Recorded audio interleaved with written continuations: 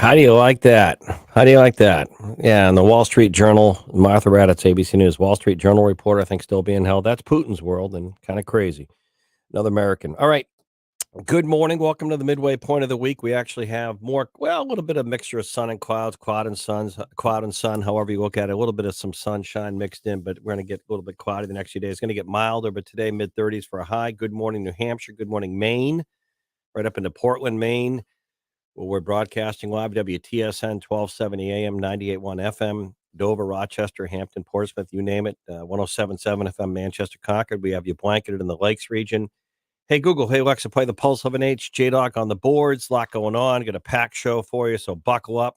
We're going to have some previews live on the South Carolina Republican primary coming up in just a few days. Some tips for your home from Bob Jackman, Laval Middleton Building Supply. Going to get updated from the Manchester VA, but we're going to start off with one of our great partners and sponsors out there, Ted Kitchens, the Executive Director of Manchester Boston Regional Airport, joining us out of the gate. No pun intended. Busy time right now with Massachusetts, Maine vacation week, and then next week, New Hampshire. A lot of people heading south. Good morning, Ted. Well, thank you. Always a pleasure. What's that? What? The start out of the gate? Yeah. All right. So we're busy, busy time right now, correct?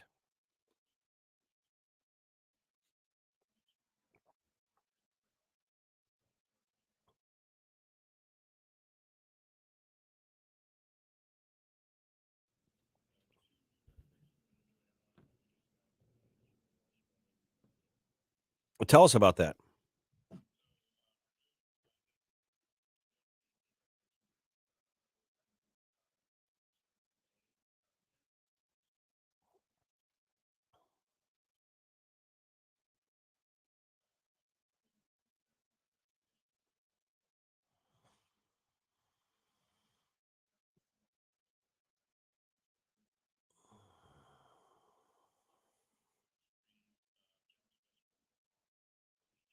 Mhm,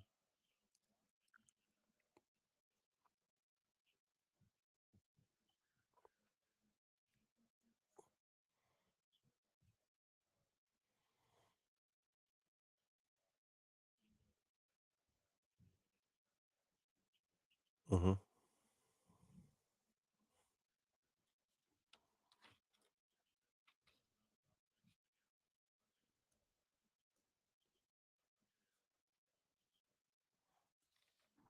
Wow, some big stuff happening.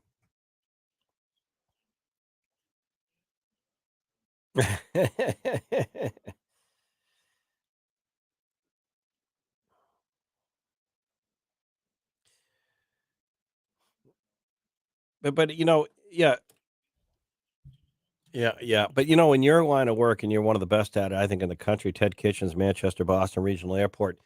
I think the challenge is getting new carriers to come in, keep the carriers you have, promote and talk about these new routes. That new, the stuff you're doing now to North Carolina, South Carolina, that's going to be a big addition for you because everything a lot of this up until now seems like it's been heavy towards all the Florida destinations.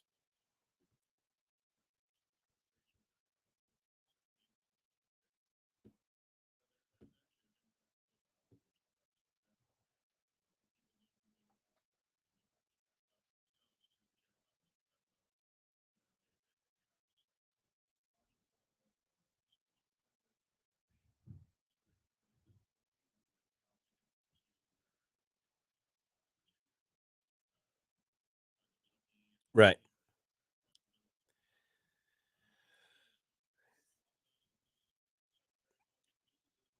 Hmm.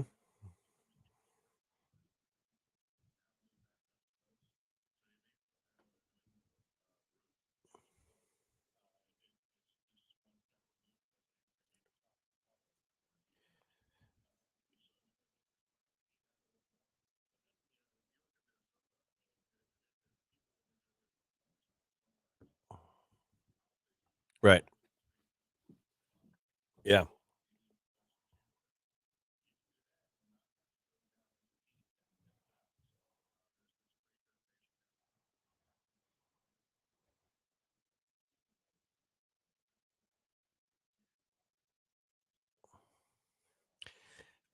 So despite all the new stuff, I imagine all the Florida stuff this week with Maine and Mass vacation, and next week New Hampshire are pretty busy. These flights got to be pretty busy pushing out down to Florida. Yeah,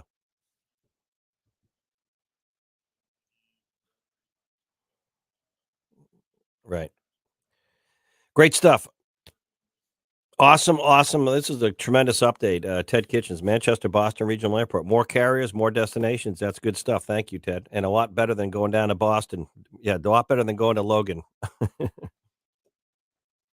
right. Thanks, Ted. Get out and explore. All right. Well, someone who's exploring on the presidential side of things, Mike Dennehy, one of our regular contributors, political analyst and all stars. Quick update. Looking ahead just a few days, Michael, South Carolina. And I don't know why New Hampshire seemed to kind of like a little bit of elasticity. It would get kind of feeling like Trump was had a big lead in New Hampshire. Then it felt like it was tightening, and then it felt like it opened up a little bit, and ended up being right about 11 or 12 points over Nikki Haley. South Carolina feels like it might be bigger Trump. I don't know, but you're the expert, Michael. What do you see in a few days?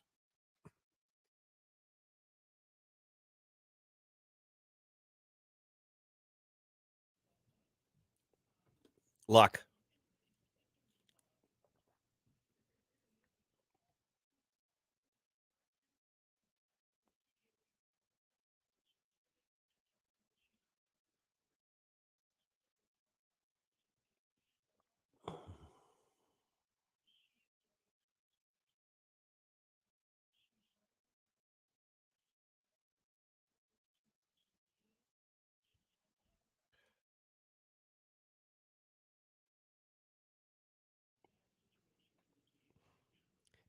But it just seemed, because to her credit, she made it a two-person race. It just seems that Trump is going to be impossible to defeat for this Republican nomination.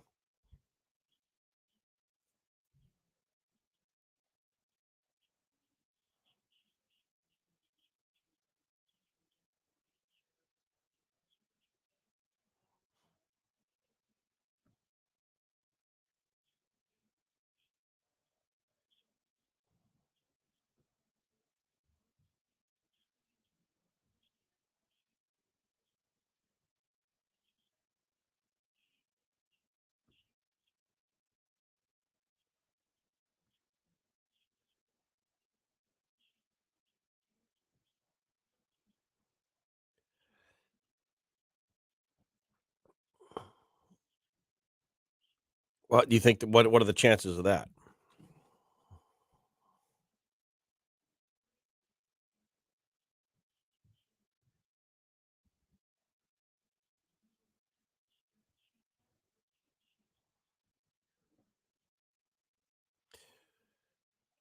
Yeah. Well, I think up until now, her donors, not the supporters, but the big donors, are telling her, "Hey, just hang in there." And you made it a two-person race. You never know. There's time between now and the summer. I think, but now I think that cell is sort of running thinner.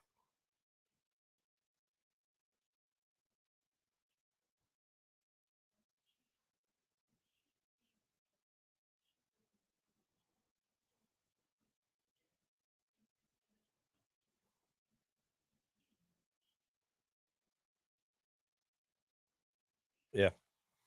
Interesting. All right, Michael. I know we have to run, and you know what? Takes a moment. Take a moment because Peter Spalding passed.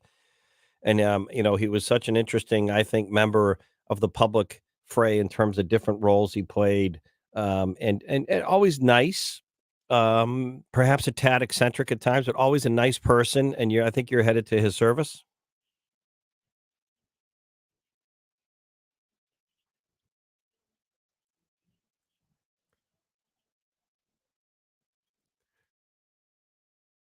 He was a character. I give him that.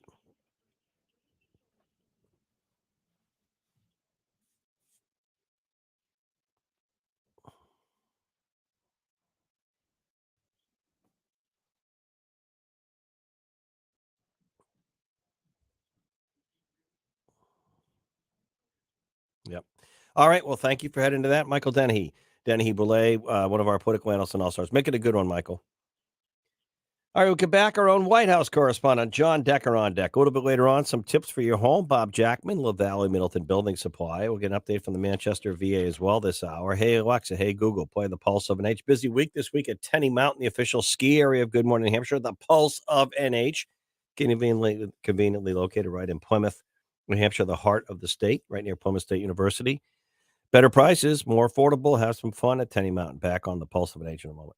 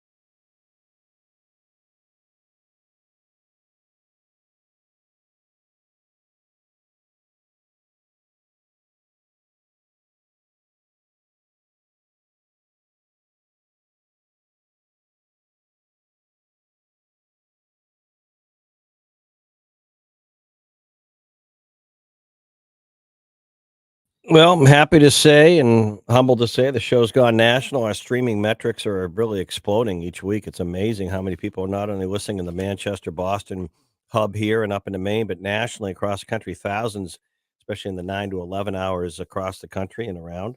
Hey, Google, hey, Alexa, play the Pulse of an H. Fun stuff. All right. And that's, of course, on any desktop, Android, iPhone, hey, Alexa, hey, Google, any smart device. John Decker, our own White House correspondent. John, we just had one of our local political analysts on talking about South Carolina, Nikki Haley, and Donald Trump coming up in a few days. Unlike New Hampshire, where the race felt like it was tightening a little bit, of course, Haley had Governor Sununu's endorsement, but the Trump lead going into New Hampshire. Some polls had it at 18, near 20%, ended up being less than that, but still a double digit win. The South Carolina, according to Dennehy, I want to know what you think, feels like it really is even probably stronger for Trump. Ironically, Nikki Haley's home state. So take it away, John.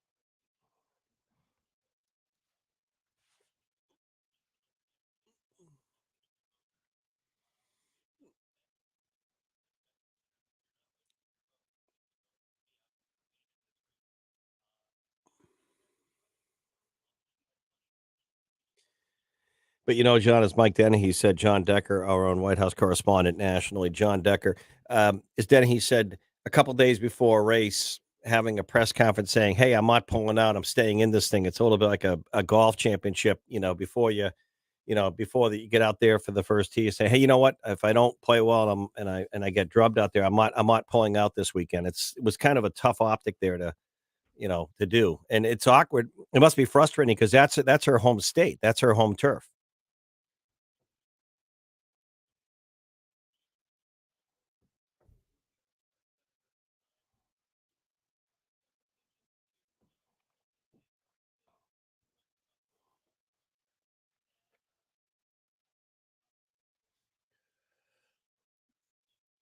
All right, John Decker, thank you. Make it a good Wednesday.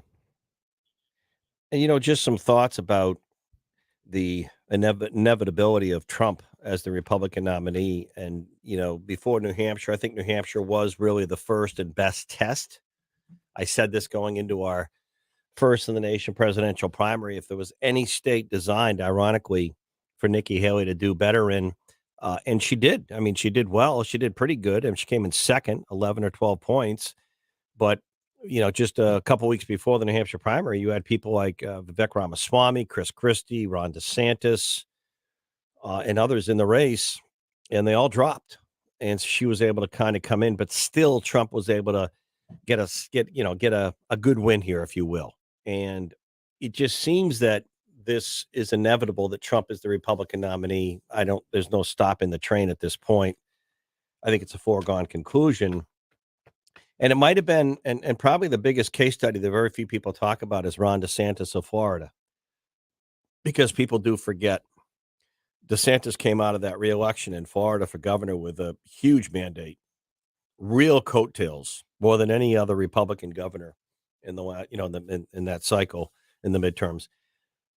And he was the number one draft choice for Republicans going into the 2024 cycle was Ron DeSantis ahead of Donald Trump. And then if you remember, Trump got into the race before DeSantis, started bashing DeSantis, going right at him, nicknaming him, bashing DeSantis. National media was after DeSantis. He was the big threat. Everyone was after DeSantis. And it just seems like DeSantis was never, the Florida governor was never able to get away or out of the way of those hits and kind of come out as a comfortable, defined candidate, and never really kind of caught the traction that some thought he would in New Hampshire and Iowa. And, if he couldn't, cut into Trump, Chris Christie tried the old, I'm the Trump guy. I can bash and punch Trump better than anyone. I'm going to go after Donald Trump in the debates. I'm going to go after Trump. I'm the guy, Chris Christie. I'm the guy that can hit Trump. I'm the Trump hitter. And that didn't work well. The more he hit Trump, the more support Christie lost. Ramaswamy came out, was interesting in New Hampshire, especially as a very positive, young, different kind of thinker. And then for some reason, he kind of got negative and tore into Nikki Haley to the point where I think Ramaswamy lost some support because he kind of looked a little mean, for lack of a better term. And Nikki Haley sort of sailed through the wreckage of the ships, if you will, in the harbor, and sailed into, you know, the pole position, but not enough to catch Trump in New Hampshire. And if she was going to catch him anywhere, it was going to be New Hampshire. If Nikki Haley was gonna if Trump was gonna trip anywhere, it would have been New Hampshire. And I had said, is the New Hampshire Republican primary, not the general election, the Republican primary, the last few cycles, is it the party of Chris Sununu in New Hampshire or the party of Donald Trump? And I think you've seen that it's more the phenomenon of Trump in these Republican primaries. His solid hold or his base of support is so solid. It's like iron. It just doesn't move. And all these other candidates try and figure. And I saw it, by the way. It was ironic in 2016. I saw uh, a huge field. It was funny. It was interesting. John Decker just referenced Marco Rubio. He was one of that. It's like 18 Republicans. I mean, I remember hosting a sort of a television debate with 12 of them at St. Anselm College on ABC, and it was just like herding cats. It was so many Republicans running, and there was this guy named Donald Trump that everyone knew from the TV show and his flashy real estate Trump Tower, New York City lifestyle that the judge just basically took away. Um, and no one really gave Trump a chance, and he went up against Jeb Bush, the Bush family. He went up against Rubio. He went up against Kasich. He went up against every Republican around at the time, and he mowed him down like you're cutting grass. And then last time around, it was more a Democrat show when Joe Biden came in fifth in New Hampshire, and this time, um, including former Vice President Mike Pence, Mike Pompeo, former Secretary of State, CIA Director Nikki Haley, former ambassador to the UN during the Trump administration, Governor of South Carolina, Ron DeSantis. They all jumped in, thinking that Trump was vulnerable with all the legal stuff, and they were wrong. And he just seemed to be that no one. And if you look at the media, for better or for worse, Trump's in the news every single minute of every single day. And how do you run against that?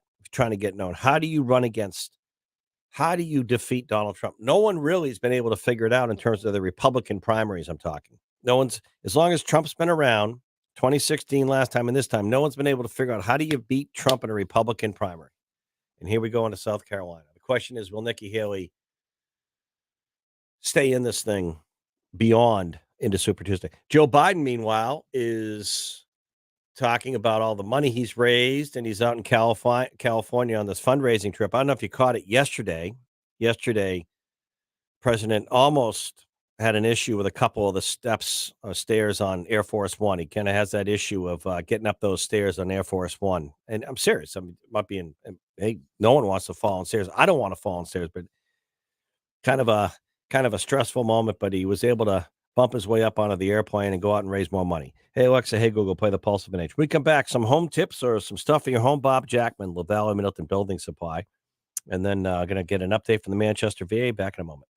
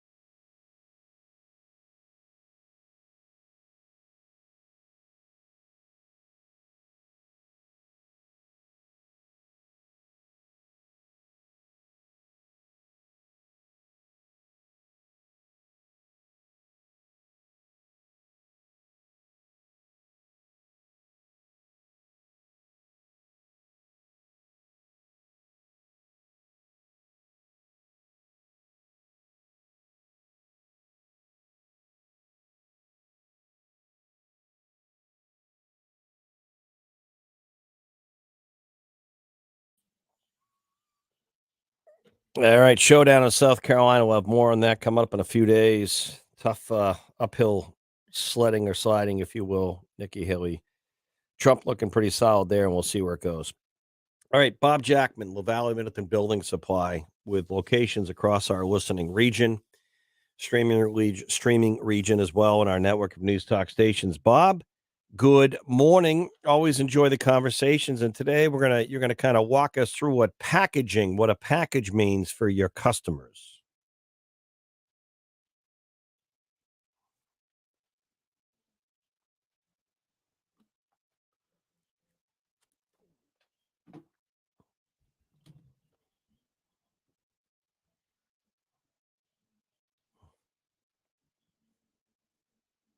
Yep,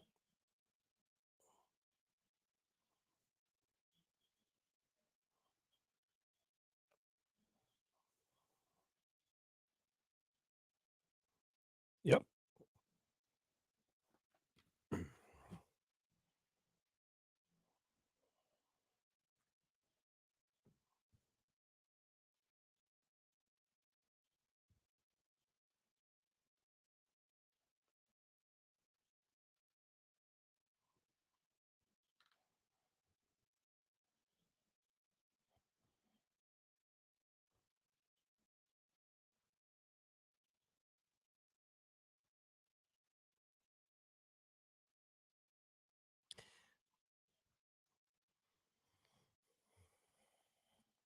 right, right, and it also for the customer, me, the customer, the client, it reduces surprises, right? The last thing any of us like. I was with my brother-in-law last week, and they're doing kind of a new camp home in the North Country of Maine, and every day he was dealing with a different surprise from the builder. What you didn't tell me that. How much is this? And so when you do the packaging, you kind of bundle it together. It reduces that anxiety of, hey, I'm not going to get surprised or shocked here.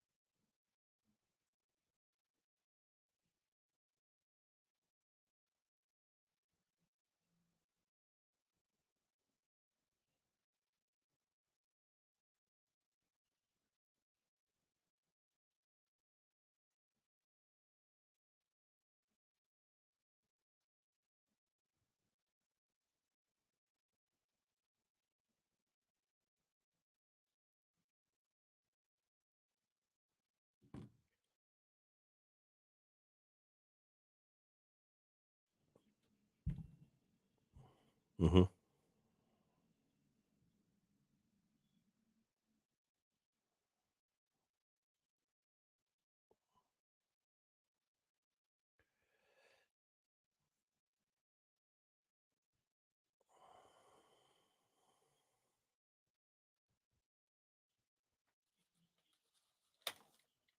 Right, right,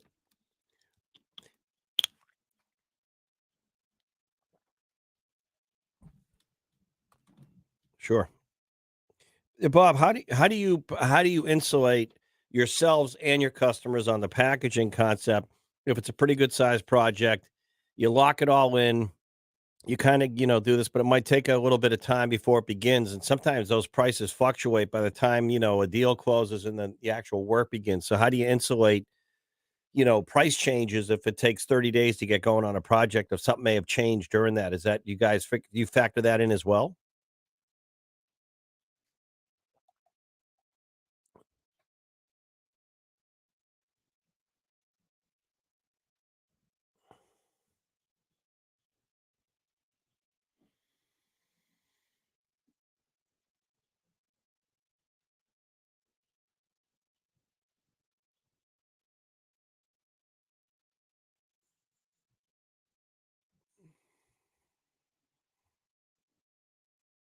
Interesting.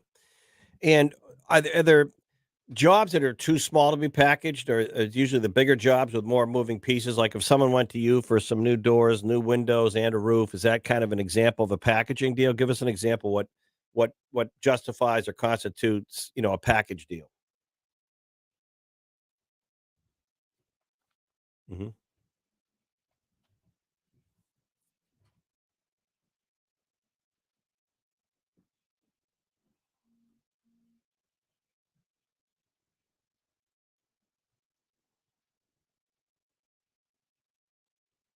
Hmm.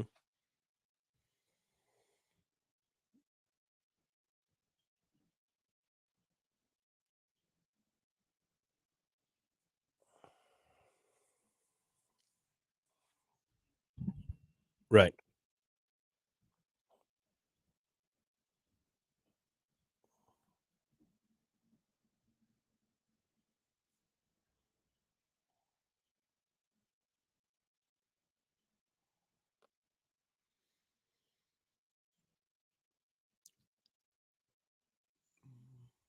Hmm.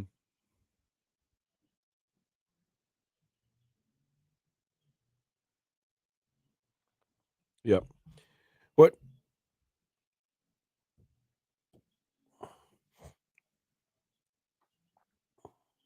Right.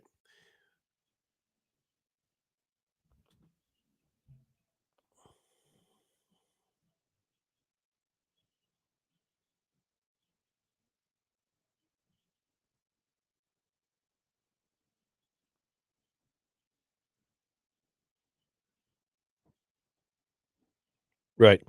Now, what about Bob? You mentioned garages, popular thing. People might want to put in a one or two car garage.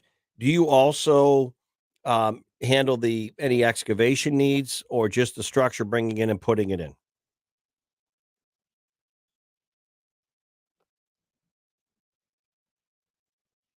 Yep.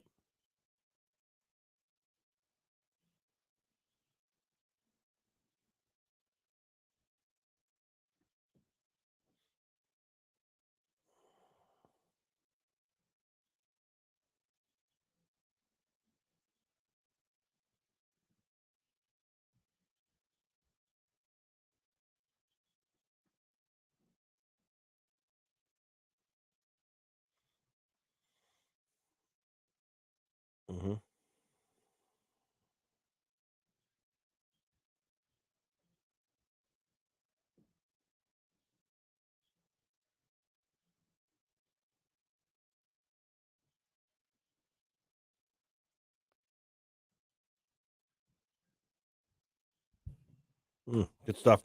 Great stuff. If people want to learn more on the packaging, contact, go into a location, talk with your people. Always good in person as well as online.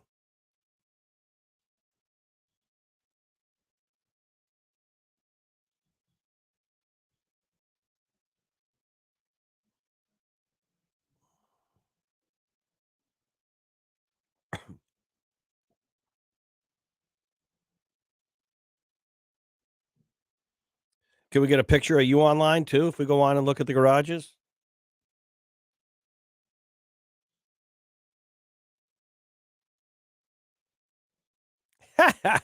Bob Jackman, the Alley Middleton Building Supply. Great stuff, Bob. Thank you. All right, we're going to get a facilities update from our friends at the Manchester VA, top of the 10 o'clock. Joe Matarisi is going to join me, and Joe's been on before. He's chairman of one of the healthcare um, companies or businesses here in the Granite States, pays a lot of attention to healthcare.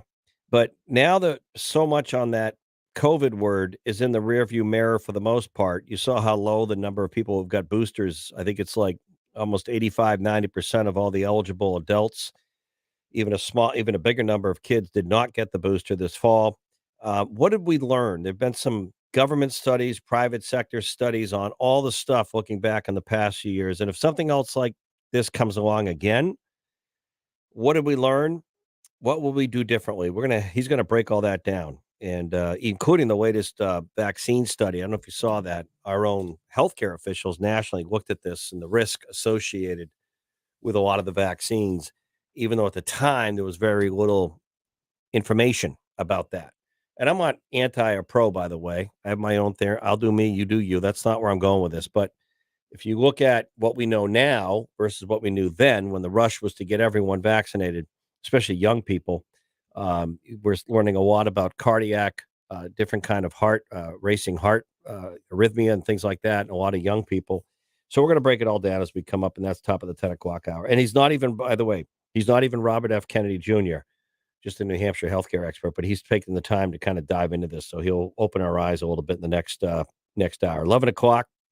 Rory O'Neill, NBC News Radio national correspondent. Aaron Niels coming up in the next hour as well. We'll get a live report there. And coming up, a facilities update with our friends from the Manchester VA. Hey, Alexa. Hey, Google. Play the Pulse of an H. Jack, Heath, J-Dog, the illustrious one on the boards. Back in a moment.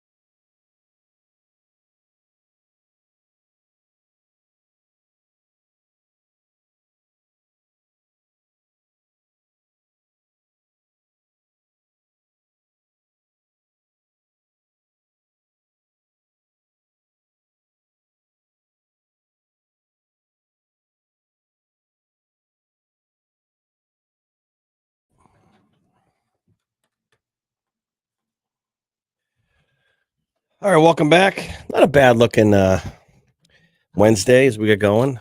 Kind of had to think for a minute with President's Day. I'm not saying the current president, it's like I forgot President's Day. No, I'm sorry. It's another, just kidding. Pun, no, kind of pun intended. Looking at some sun and clouds out there, mid 30s for a high. We get milder the next few days. Are we going to switch gears? We always look forward to an update for our friends at the Manchester VA and for all veterans in our region in New Hampshire. Kevin Forrest, the executive director, with an update on the facility side of things. Kevin, good morning. How are you?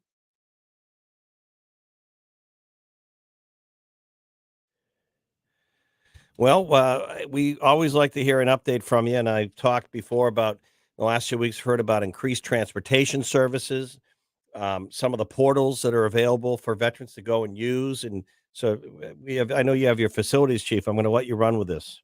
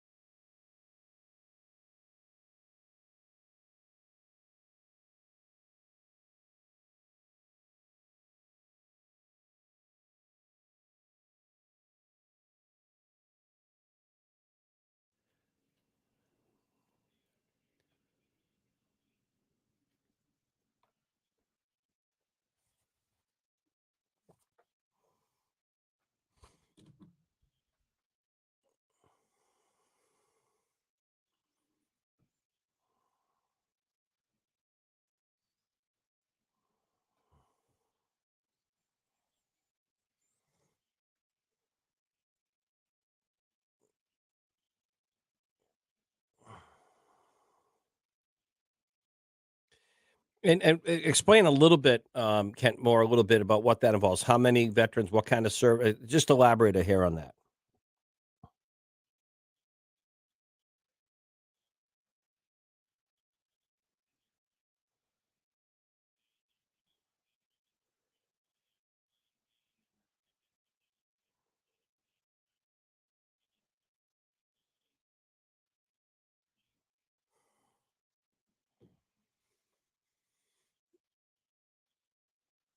Wow.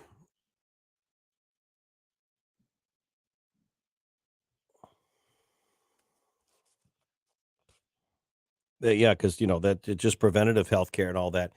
Well, that's a big deal. That's a big deal. What Kevin, as far as that's an achievement. What other satellite services are still out there that are not principally down at Manchester? I know in Tilton you've been doing some stuff. To walk us through the region a little bit.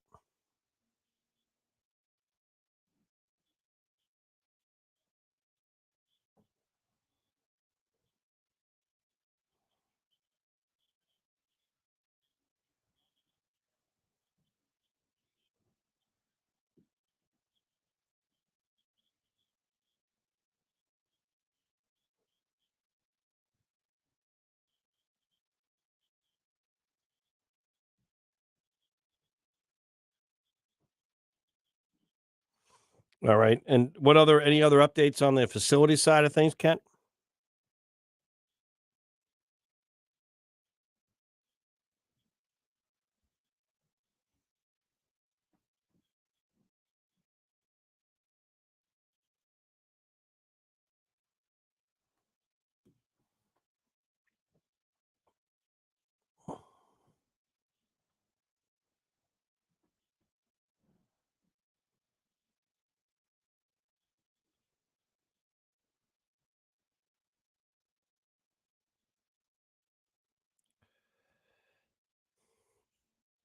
Hmm.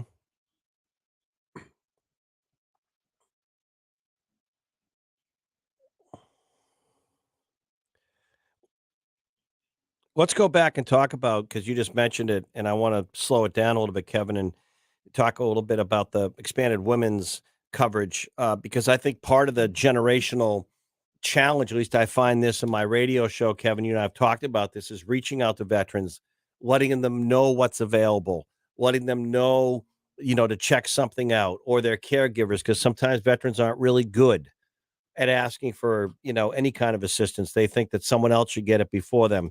And I would imagine generationally, it's a challenge because you have some veterans coming back that are younger, and then you have some, Korean War, Vietnam veteran era, or Gulf, all ages. But women, more and more women now serving in the military. Talk about the expanded services there. How do you reach more female vets? What's the message to them? And just walk us through some of the services and what you're moving to increase on the campus there, Kent.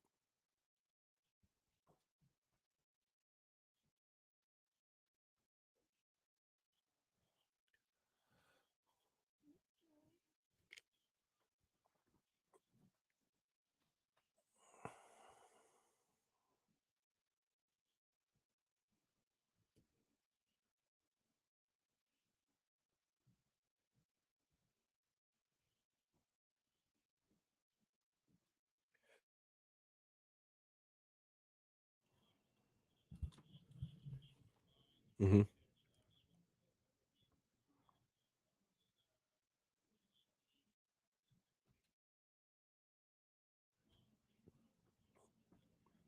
Awesome. And Kevin, just, I know you have numbers. I'm not going to pin you down, but each year, let's just say, 2023, how many veterans did your services and facilities, everything sort of touch or see during the year? How many New Hampshire veterans? I know you always have a number roughly.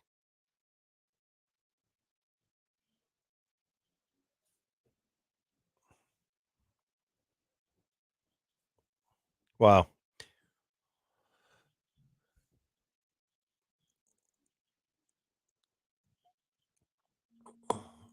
And do you see the number of more of female vets sort of retiring or now in our population that can benefit from the VA? Is that number going up?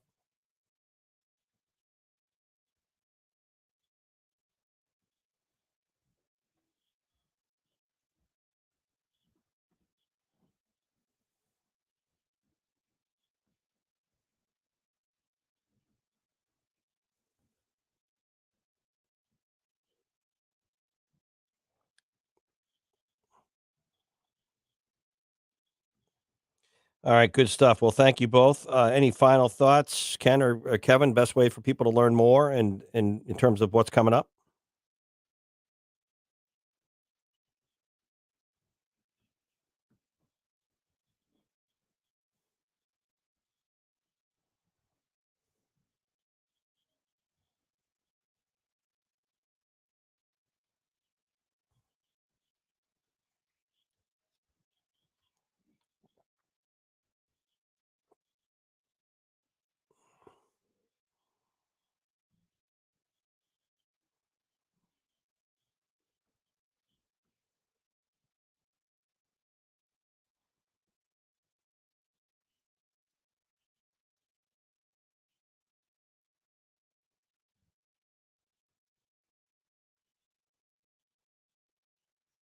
So one, I slow that one down. Repeat that last part of how they can take advantage of that.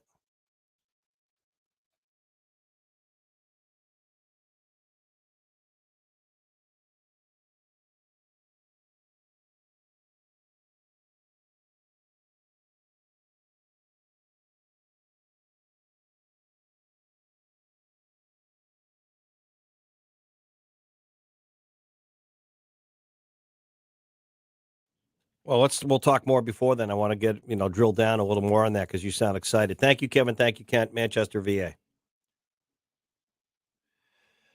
All right, we're going to move to the top of the 10 o'clock. We do have a mixture, some yeah, cloud and sun, sun and clouds. Well, it depends how you look at your glass of water, half full or half empty. So we do have some sun out there and some clouds, but milder temperatures, mid to upper 30s today for a high. Tomorrow and Friday, we actually get even milder. Some rain moving in tomorrow night, but by Friday morning, it's going to be mostly rain because we'll be in the low 40s Friday morning.